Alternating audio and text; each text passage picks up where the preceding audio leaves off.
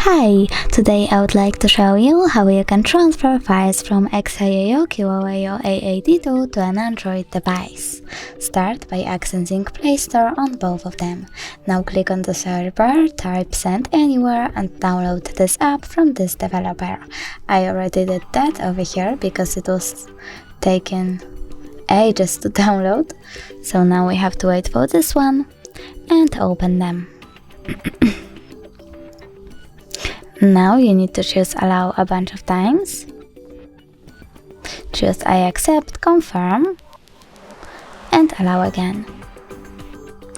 Then open this app on an Android, but this time choose I accept, confirm, then continue and allow.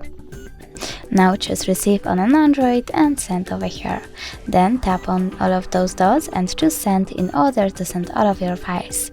It will take a while though, so I will go with this one photo, choose Send, and tap Got it. From here we have two ways to connect. You can input this password over here and choose Receive or scan QR code. If you wish to scan it, tap on the scanning icon on Android, choose while using the app or only this time, and point your device's camera at the code.